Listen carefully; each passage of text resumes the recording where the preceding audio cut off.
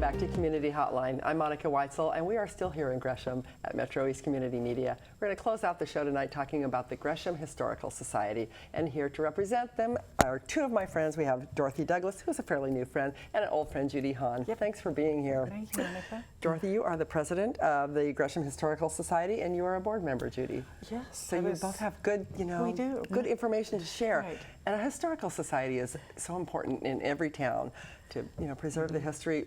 Who wants to start? Tell me. I will. Okay, Judy, I'm going to start. Tell me what you think. Well, she invited me to come in and just give her some ideas on and how then to I decorate put her or in charge have of an the gift event. shop. Pretty soon I'm in charge of the gift shop and the whole bit. And I'm going, well, wait a minute here, Dorothy. But one thing I really want to say about the History Museum is in every city, there is a building that holds the history. And the Carnegie Library, which is the Gresham History Museum, holds the history of Gresham. And until I got involved did I realize what that entailed. I didn't understand everything that they held. I'm sure I don't either. You can have to let me know tonight. Well, they have, you were just saying earlier, we were talking, you have the Oregonian, gave you all the Oregonians from what year to what year? From the beginning of the publication of the Oregonian to 2006. Wow. And we have it all on microfiche. We're in the process of we've got a machine that isn't doing its job. And so we're trying to figure out how we're going to find one that will. But we were fortunate to have these. And we found out there is a nonprofit that can take our microfiche and put them on digital copies. Digitize it, yeah, that would be the way to go. Yeah, so. Maybe there's a grant out there for The that. museum has just grown under, the museum has been wonderful. When Pat Stone was there, she just created a great foundation. Right. And Dorothy, with the board and all the volunteers, has continued that foundation. Pat would be very happy. So, but it has just grown. The museum has changed. There was a lot. We shut the museum down for I don't know how long, raised the ceilings. It's a beautiful building. It's beautiful inside. And I just love the way it looks on the outside. Beautiful. I mean, you really notice it when you drive into downtown Gresham. It's like, It's what cute little building is that? It stands out. It stands out beautifully. We were able to purchase a bronze, for instance, from Rip Caswell, and it's called Family Ties. It sits on the corner of the. Yeah, I love that. Every day, young people, little kids, parents come. They're just enamored by it. From the outside, the museum is just stunning now. It's just stunning. And the inside, they got it all back to the standard, to its original state. Yeah. And everything that's involved there, you can come in there and go back to any Outlook. If you're looking up for history, family history, whatever, you can go into the museum. I don't know if you have to make an appointment. You have to make an appointment in the research room. And go to, and you can make an appointment with the research room and find out all the information you want. The biggest thing is it holds the history of Gresham. Right. Everything. Everything that you would ever want I mean, to it know. even has our walk in there. Yeah. I mean, it has Judy Hahn in there. It's where the outlooks. I was there. So there's history from the very beginning. You can go in and you can go through all the old books and find old photos. Kevin at Jazzy Bagel came in and he got an old photo. It was off the bathroom wall. He had it. He photographed it, he refurbished it, and he has it hanging at Jazzy Bagels. And it's of the Gresham High Band. I think it was the Gresham High Band. In the I don't know the exact date, but it is the old band and the uniforms they had. It's cool. I bet you hold a whole wealth of knowledge in your head, don't you, Dorothy? All these things I have a historian that does that. Wow. So the Historical Society, it's not just, and the museum, it's not, I shouldn't say just, because holding the history of Gresham is a huge thing. But you do other things too. I mean, it's not just a museum to go to and look at things. You have activities. You can rent the museum.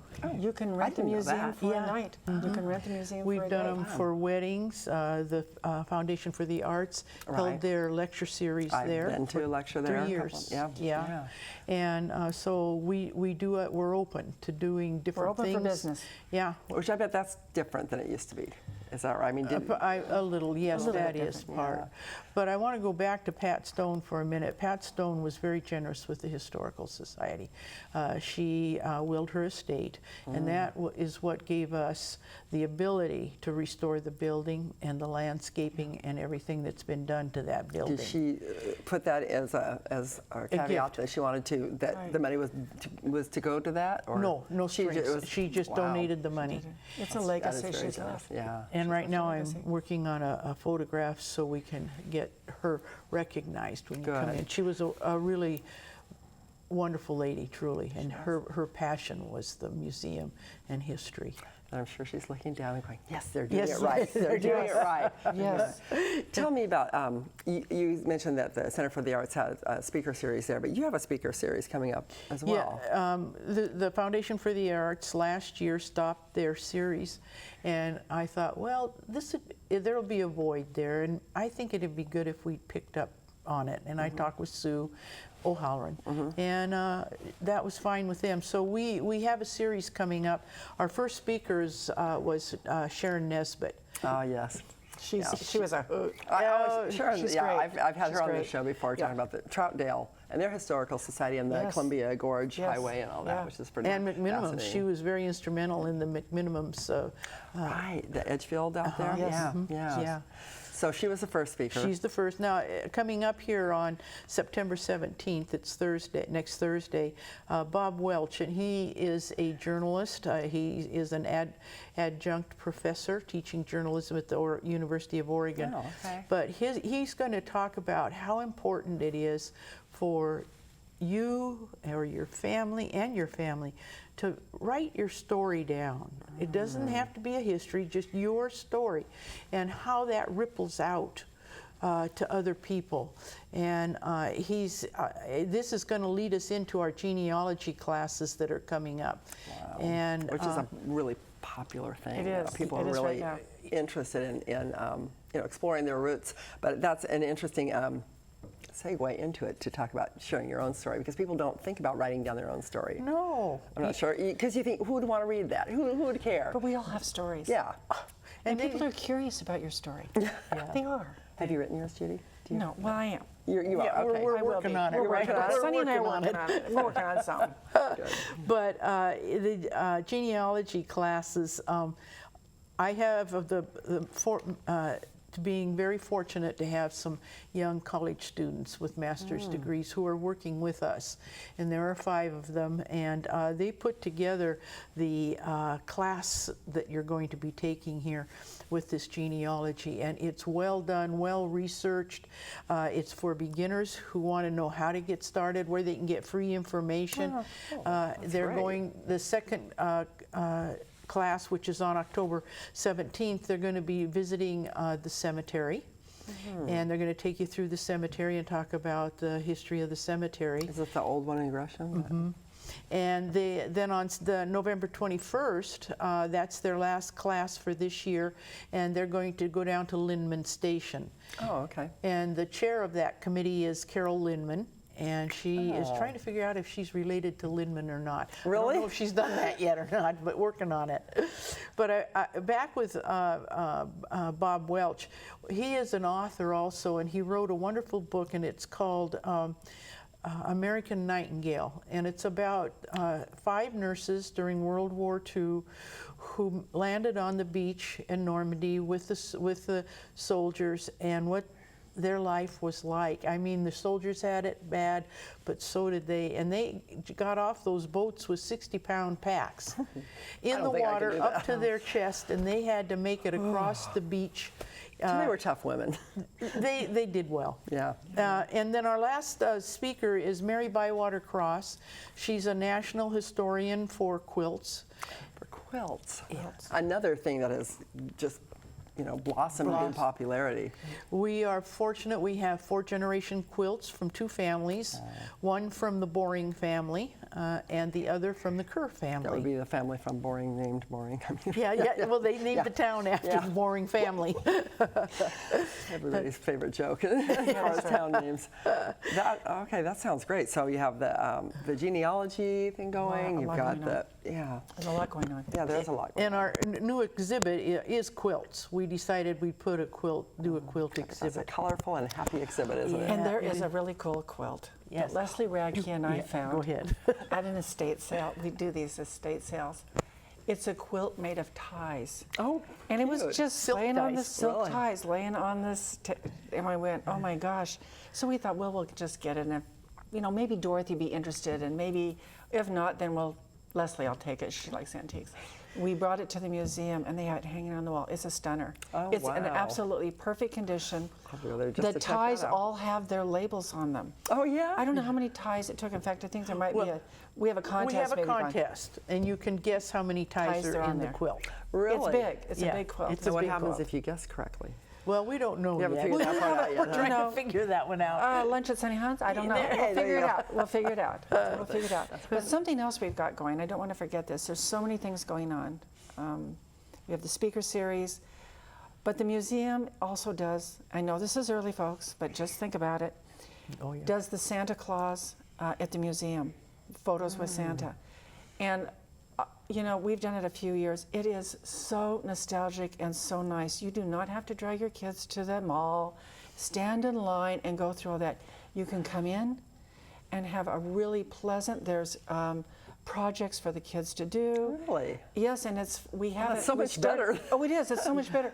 Families came. One of them, a lady came in. She came into the restaurant. Actually, she came to the museum, and she said, my friend is at the mall. And she said, I called my friend and said, you never have to do that again. You can come to the Gresham History Museum. that. It's a mantle set up. We set it up beautifully. We just decorate. The museum is beautiful. I'm at glad you Christmas. mentioned this because I didn't realize that. I Yes. knew that Santa came, but I didn't know any details about It starts on the Spirit of Christmas, which is the Saturday Right. after the city does the Spirit of Christmas. Right. So that Saturday it starts then, and Santa's there, and then he takes the fire truck or something Fire up to truck, the, lights the Yeah. tree. To the center for But the then yard, it's yeah. on the other following Saturdays. I think we did on Two. We have the two following Saturdays. first two Saturdays. Reasonable, Possibly the third. comfortable, easy. I mean, And less And- stress all around. oh, no stress. No Easy. stress. No and stress. we developed the film right there. So you Oh, you get it right then. oh Right yeah, then. Perfect. and they come in its own little frame. Nice. And and you they'll can, send you a JPEG of it. Yeah. Oh, really? Yes, Yes. we'll send you a JPEG. Get your emails on That's your JPEG. great. So it's And wonderful. If you don't like it, they'll work with you till you get the picture you want. That's customer service. Yeah, right that there. is. And actually, there may be, we don't know for sure, there may be something else coming up in the next year. Oh, well, the same Maybe, group, yeah, maybe. maybe. We're just talking this, Lots of but stuff it happening. has a lot of possibility. The group that I'm working with genealogy, one of the young men is archaeological certified archaeologist, and so we've Yeah. talked about having an archaeological dig, and he is certified. So there is a possibility that we will be able to have a dig and actually get down in the dirt and Wouldn't that be brush fun? and dig and do all the stuff you got to do. And what a great learning experience that would be for like young people, Oh, like yeah. teenagers. I and know. Yeah. I know. The whole thing is fascinating. I'm going, where would we dig? Well, I don't know. Your Oh, backyard. he'll take care of it. He'll find a spot. Yeah, He'll plant something. Yeah. Really good. I have no idea what That would be very No, fun. they won't do So, that. yeah, you'll have to keep me We may posted find on some that. fossils. Who knows? You might. We you never might. know. We That's might very know. exciting. There's a I lot know. of stuff going on. A lot going on. Well, one thing we didn't talk about, we do have a research room, and in Yes. that research room, we have a huge photo archive. You can select photos. We have a monitor where you can go through all our photos. Write down the numbers, we'll get the photo, and if you want a reproduction of it, we can do that. There is a fee, but it is a nice service, and a lot of is. people come in and use Use that. a lot, yeah, I And know so. then we have the Gresham Outlooks from the very beginning of their publications, and as I said before, the Oregonian. And the research room is open. Right now I have a gentleman from Mount Hood Community College doing research on the first, how long has it been? 50 years? I think it's their 50-year anniversary coming up, and he's doing all this research, and he's Mount going to put Hood, the college you're talking about? Yeah, yeah, that sounds It's about 50 right. years? I think that's Is it right. 50 years? Yeah, Okay. yeah. yeah. You know, we're out of time, but I have to say that the Historical Society and museums are so much more vibrant than what most people think of them as. They are. You know, you think of them as being a staid, kind of boring, you know, I have to go in there and dust things off, And- but it's not like that. And what's in there now is so nostalgic. I mean, there's the old hair dryers where you put the thing on your, we have all of that. The old telephones where you dialed. I remember Right those. now, it is so fun to go there, bring your kids Yeah. or your grandkids, and you know, you just go there and go, oh my God, I had that hat on my head with the curlers, and you sat underneath it. You know Oh, what? the We whole can sit here bit. and talk about this I forever know. because I remember, but we are out of time, Okay, so we're out. we don't Okay, want to we're get cut out. off. I just have to Monica, say, thank you. Yes, Thank both you. so Thank much. you. This has been great. Good fun. So I'm going to be going down there soon again, and Okay, thank you, Monica. and the rest of you out there in in viewerland, please check out the Gresham Historical Societies, the museum down on Main Street in downtown Gresham, and Go to the website? Go to the website. Check it out. The information should be on your screen. It's a great place to go, great place to learn, and just get in touch with your community. So we'll be back here next week. I'm Monica Weitzel. Thanks for watching.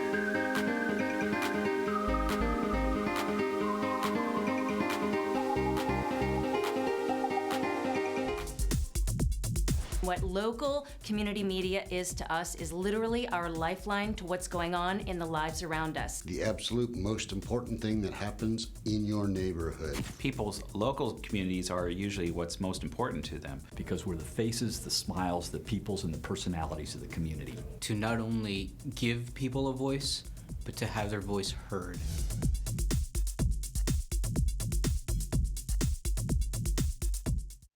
Have you ever wanted to create a TV show of your own? Come check out the basic editing class at MetroEast. Our trainers will give you the skills you need to flex your creative muscles. Using our state-of-the-art IMAX and Final Cut Pro 10, you can work with your own videos, add graphics and music, and even drop in cool special effects like green screen and slow motion. The best part? No experience is required. All ages and skill levels are welcome. Find out more on our website at metroeast.org.